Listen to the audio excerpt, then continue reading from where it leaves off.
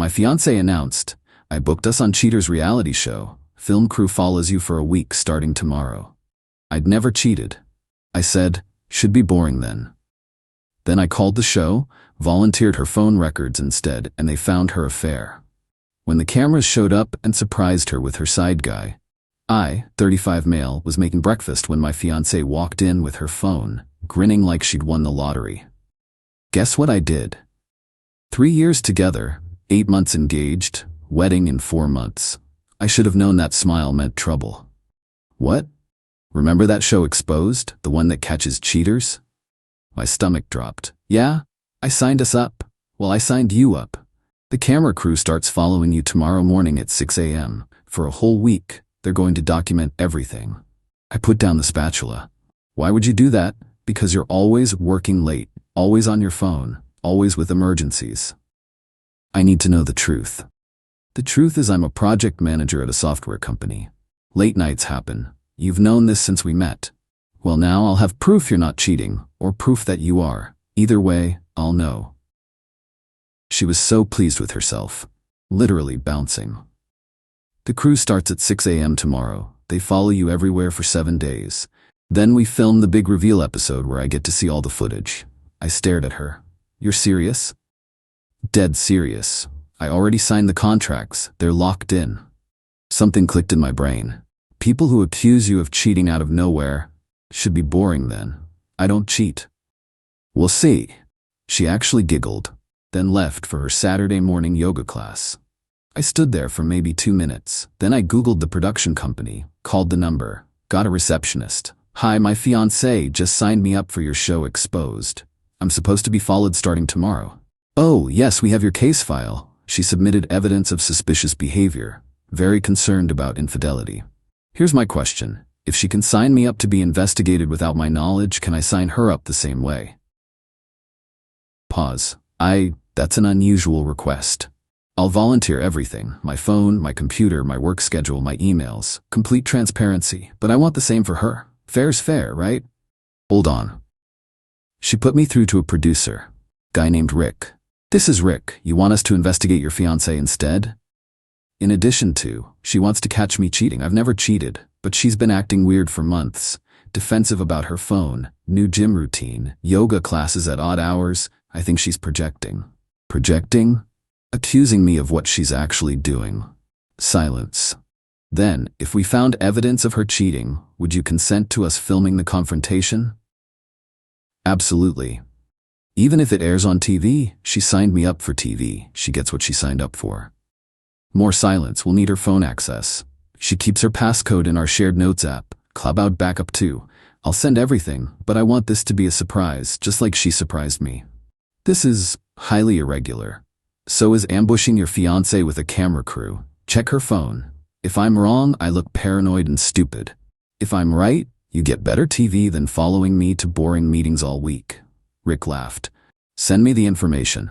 If we find something, we'll pivot the whole show.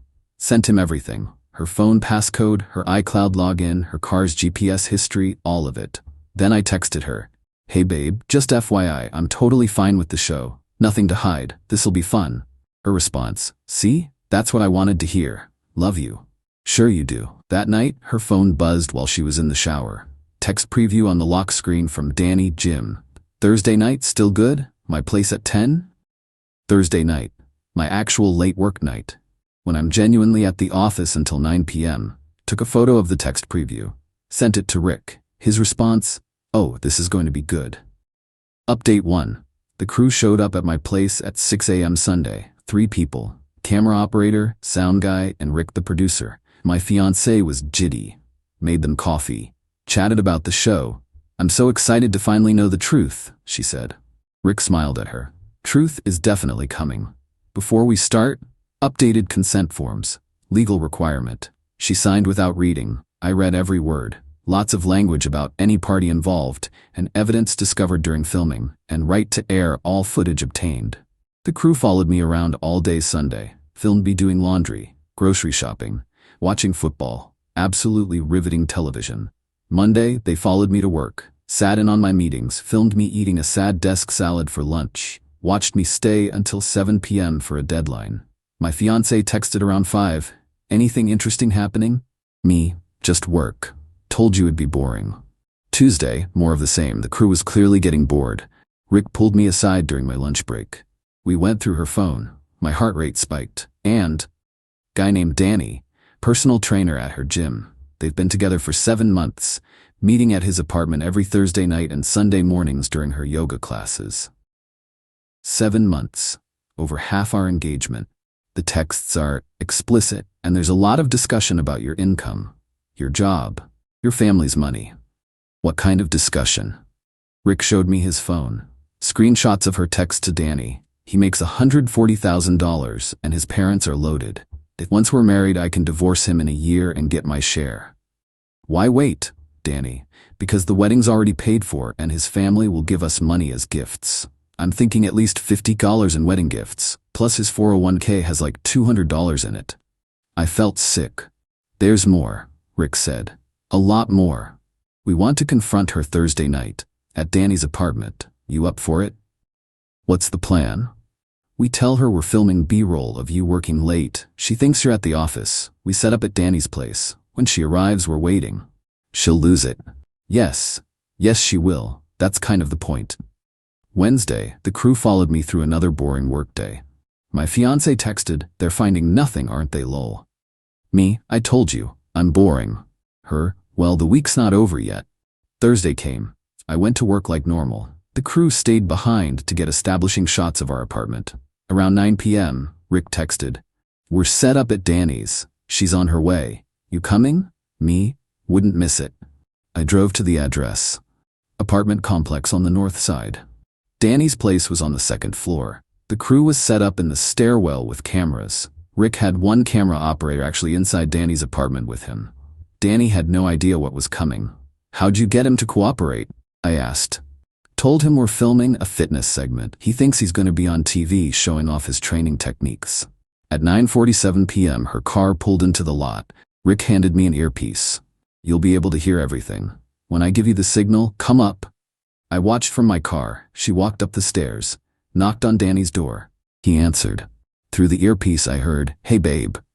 Her hey, come in, Danny. Then chaos. Rick and the exterior camera crew came around the corner. We're here from Exposed. You two know each other pretty well, don't you? My fiancé's voice went shrill. What is this? This is the show you signed up for. The one that catches cheaters. Congratulations, you're the cheater. You can't, I didn't consent to this. Actually, you did. Read your contract. Any evidence of infidelity discovered during the investigation may be used for the episode. You signed it. Rick texted me. Now. I got out of my car, walked up the stairs. The exterior camera swung to me. My fiancé saw me and went white. What are you doing here? Surprise. I called the show after you signed me up, told them to check your phone instead. Guess what they found? Danny stepped forward. Bro, I swear I didn't know you two were. Shut up, Danny. Rick pulled out a tablet. We have 7 months of messages, 312 texts between you two, 43 meetings at this location, and this is my personal favorite. He turned the tablet to show her texts about my income, about divorcing me, about the wedding gifts. My fiancé started crying. This isn't fair. You tricked me. No, you tried to trick me. I just had the receipts. We can work through this. We're done. You have until Sunday to get your stuff out of my apartment. You can't kick me out. It's my apartment, my lease. You're not on it. Yes, I can. She turned to Danny. Tell him we're in love. Danny looked like he wanted to dissolve into the floor. I mean, Danny. Look, I didn't know you were still getting married. You said you were leaving him. I am leaving him for you. Danny backed into his apartment. Yeah, I don't think this is going to work out. He closed the door, locked it. My fiancé pounded on it. Daniel, open this door. Rick was eating this up, both cameras rolling. She turned on me. This is your fault. You're never home. You don't pay attention to me. You drove me to this.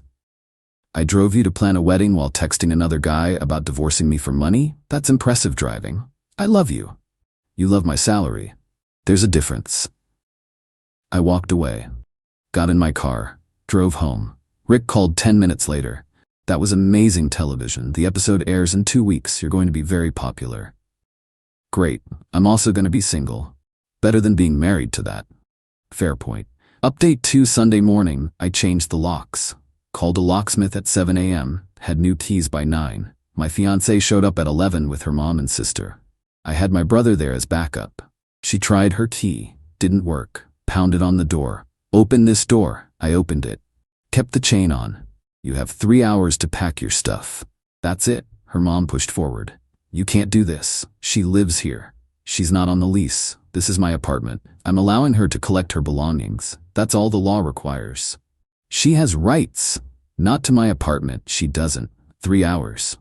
I let them in. My brother stood by the door with his phone out, recording everything. My fiancée's sister immediately started. You're such an asshole. She made one mistake. 7 months and 312 texts isn't one mistake. It's a lifestyle choice. My fiancé was crying, packing. Where am I supposed to go? Danny's place seems available. He won't answer my calls. Shocking. Her mom tried a different approach. Soft voice, tears. She's my baby. She's scared. Can't you find it in your heart to forgive her? No, she loves you. I pulled out my phone. Showed her the screenshots of the texts about my money, about the divorce plan, about the wedding gifts. Her mom went quiet. Still think she loves me? More packing. Her sister kept trying to start arguments. I ignored her. At hour 2, my fiancée tried a different angle. Came over while her mom and sister were loading boxes. I'm sorry. Really, truly sorry. I was stupid and scared and I made terrible choices. Can we please talk? Alone? No. You're not even going to try? You weren't trying when you were sleeping with Danny. You weren't trying when you were planning to divorce me. You were trying to trap me in a marriage for financial gain. That's not a mistake. That's fraud. It wasn't fraud. I did love you. I got confused about Danny and my money. Don't forget my money. That featured heavily in your texts. That's not. I never meant. My brother called from the door. Time's up. Finish loading. They took the last boxes. My fiancé stood in the doorway. You'll regret this when you're alone and you realize what you threw away. I'm not the one who threw this away. You are. Goodbye. Closed the door. Locked it. My brother and I fist bumped. That was intense, he said. That was necessary. The next week was chaos. She started texting from different numbers. I blocked them all. Her mom called my parents. That went poorly for her. My mom is protective of her kids. According to my dad, the conversation went, her mom, your son is being cruel and heartless. My mom, your daughter cheated on him for 7 months and planned to marry him for his money. Her mom, that's not, she was going to therapy, she was working on herself. My mom, she was working on someone named Danny at his apartment every Thursday. Her mom, you people are all horrible. My mom, your daughter is a gold digger and a liar. Have a blessed day. Love, my mom. Wednesday, my fiancé showed up at my office. Building security called me. There's a woman in the lobby claiming to be your fiancé. She's demanding to see you. We're not engaged anymore. Please escort her out. She's refusing to leave. I came down. She was crying in the lobby, making a scene. Please, just 5 minutes. Let me explain. There's nothing to explain. You cheated. You planned to use me. It's over. The show airs tomorrow. Please, please call them and stop it. I'll do anything. You signed the consent forms. I can't stop it. You did this. You could have just broken up with me quietly. You didn't have to make it public. You made it public when you signed us up for a reality show. You just thought you'd be the hero of the story. Surprise. Security escorted her out. My boss called me upstairs. What was that about? I explained everything. Showed him the texts, the timeline. He leaned back. Damn. Good thing you found out before the wedding. Yeah. Take the rest of the day. Get your head straight. Episode airs tomorrow, right? Yeah. Probably going to be a lot of attention. You okay with that? Have to be. Thursday night, the episode aired. I watched with my parents and brother. It was brutal. They showed everything. The boring footage of me working. Her texts to Danny about my money. The Thursday night confrontation. Danny shutting the door in her face. Her pounding on his door. The best part? They found more texts. Ones Rick hadn't even shown me. Her to her best friend. I'm gonna milk this marriage for everything. His family has money and he's too stupid to make me sign a prenup. Easy target. Her to Danny. 2 more months until the wedding. Then I just have to wait a year. California law means I get half of everything earned during the marriage. His promotion means a $160 salary. Half of that for a year is $80 in my pocket. Plus the 401k split. I'm looking at a $150k minimum. My dad muted the TV. She really said all that? Apparently.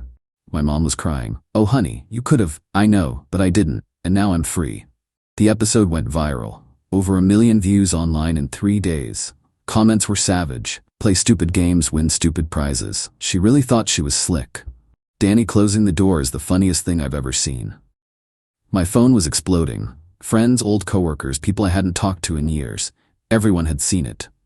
My fiancée tried calling from another new number. I answered this time. What? My life is ruined. Everyone knows I can't go anywhere without people recognizing me. I lost my job. You lost your job? They said having public moral scandals reflects poorly on the company. This is your fault. No, this is your fault. You cheated. You planned to use me. You signed up for a TV show. These are consequences of your actions. I hope you're happy. I'm getting there. Hung up. Blocked that number too. Update 3. Final. The episode aired 6 weeks ago. Life has been different. My ex completely imploded. According to mutual friends who are now just my friends, she's moved back home with her parents. Can't find work because she's the first result when you Google her name. The clip of Danny closing the door on her has 3 million views on TikTok. She tried to sue the show. Her lawyer told her she had zero case since she signed extensive consent forms. She tried to sue ME for orchestrating her public humiliation. That got dismissed in 10 minutes. Judge literally said you can't sue someone for the consequences of your own freely chosen actions. Her mom sent a cease and desist to my parents demanding they stop slandering her daughter. My dad's lawyer sent back a letter that basically said, truth isn't slander. Have a nice day. Danny lost his job at the gym. Apparently, that guy from the cheating show isn't great for business. Last I heard, he moved to another state. My ex tried to follow him there. He got a restraining order. The irony is delicious. The ring became a whole saga. It was $6,200. She refused to return it. My lawyer said I could pursue it, but it would cost more in legal fees than it was worth. I told him to send one letter demanding its return within 30 days or face small claims court. She sold it on Facebook Marketplace for $3,500 and sent me a photo as proof she didn't have it anymore. My lawyer included that in our file. Pretty sure that's going to hurt her if we ever end up in court again. Work has been surprisingly good. Got promoted 2 months after the episode aired. $18 raise. My boss said the whole situation showed grace under pressure and good decision-making skills. Who knew being publicly cheated on would help my career? The TV show wanted me for a Where Are They Now special. I declined. Had my 15 minutes. Don't need 30. Been on some dates. It's weird. Women either think the whole thing is hilarious and I'm brave, or they think I'm vindictive and went too far. No middle ground. Met someone at a friend's barbecue last month. She'd never heard of the show. When she Googled me later and found it, she texted, "Just watched your episode. Your ex is insane. Want to get coffee?" We've been seeing each other for 3 weeks, taking it very slow. She thinks the whole thing is wild, but appreciates that I protected myself. We'll see. My therapist, yes, I got one, says I have justified trust issues, but good boundaries. I'll take it. The wedding venue kept our $3,000 deposit. My ex demanded I pay her half since she contributed to wedding planning. I laughed and showed my lawyer the texts about her planning to divorce me for money. He sent her a letter suggesting she stop contacting me unless she wanted those texts filed in court as evidence of fraud. Radio silence since then. Her sister sent me a Facebook message last week. I hope you know you ruined her life over one mistake. She's depressed, barely leaving her room, can't find work. This is on you. I replied she was going to marry me fraudulently, divorce me, and take my money. She didn't make one mistake. She made hundreds of calculated decisions over 7 months. What happened to her is what happens when you treat people like ATMs. Block me or I'll block you. She blocked me. Honestly, some days I feel bad. She's a human being who's suffering. But then I remember the texts, the planning, the casual way she discussed using me. And I stopped feeling bad. She wanted to catch me cheating so badly that she volunteered us for reality TV. Never occurred to her to check herself first. That's not just irony. That's karma. My brother still jokes about Danny closing the door. That's going in the history books as the greatest reality TV moment ever. The show sends me residual checks, $143 so far. I donate them to a men's mental health charity. Feels right. Ran into her best friend at a coffee shop 2 weeks ago. She glared at me. You know she tried to kill herself, right? My stomach dropped. What? Called me crying, said she couldn't take it anymore. I had to talk her down. Is she okay? No thanks to you. I didn't cheat on her. I didn't plan to use her. I didn't sign us up for TV. She did all of that. You didn't have to air it. She signed the forms. She wanted reality TV. She got it. I'm sorry she's struggling, but that's not on me. She left. I sat there shaking, called my therapist from the parking lot. Did I go too far? Did you force her to cheat? No. Did you force her to plan to marry you fraudulently? No. Did you force her to sign up for a reality show? No. Then you didn't go too far. She made choices. Choices have consequences. Her mental health struggles are real and valid, but they're not your responsibility. Especially not when she was planning to exploit you. That helped, but I still felt sick for a few days. The thing is, I did love her. Before all this, I was excited to marry her. Build a life. The betrayal hurts. The public nature of it all hurts. But what hurts most is knowing I was just a mark to her. A paycheck. An easy target. I'm doing okay now. Better than okay. New job, responsibilities, new relationship starting. Apartment feels like mine again. Replaced all the furniture she picked out. Donated her stuff that got left behind. Repainted. It's a fresh start. My dad asked if I regret how public it all became. Honest answer? Sometimes. Late at night, I wonder if I should have just broken up quietly. But then I remember, she was going to marry me under false pretenses. Take my money, divorce me, leave me financially damaged and emotionally destroyed. The TV show didn't ruin her life, her choices did. I just made sure those choices had consequences. And yeah, maybe I could have been more private about it. But she tried to make me look like a cheater on national TV. She just didn't count on the cameras turning on her instead. Play stupid games, win stupid prizes. She played, she won. End of story. As for me, I'm good. Actually good. Not perfect, not healed completely, but genuinely okay. And honestly, that's better than being married to someone who saw me as an investment portfolio instead of a partner. The show's producer Rick sent me a fruit basket last month with a card. Thanks for the Emmy nomination. No, seriously. They got nominated. For my misery. Hollywood's weird. But hey, at least some good came out of it.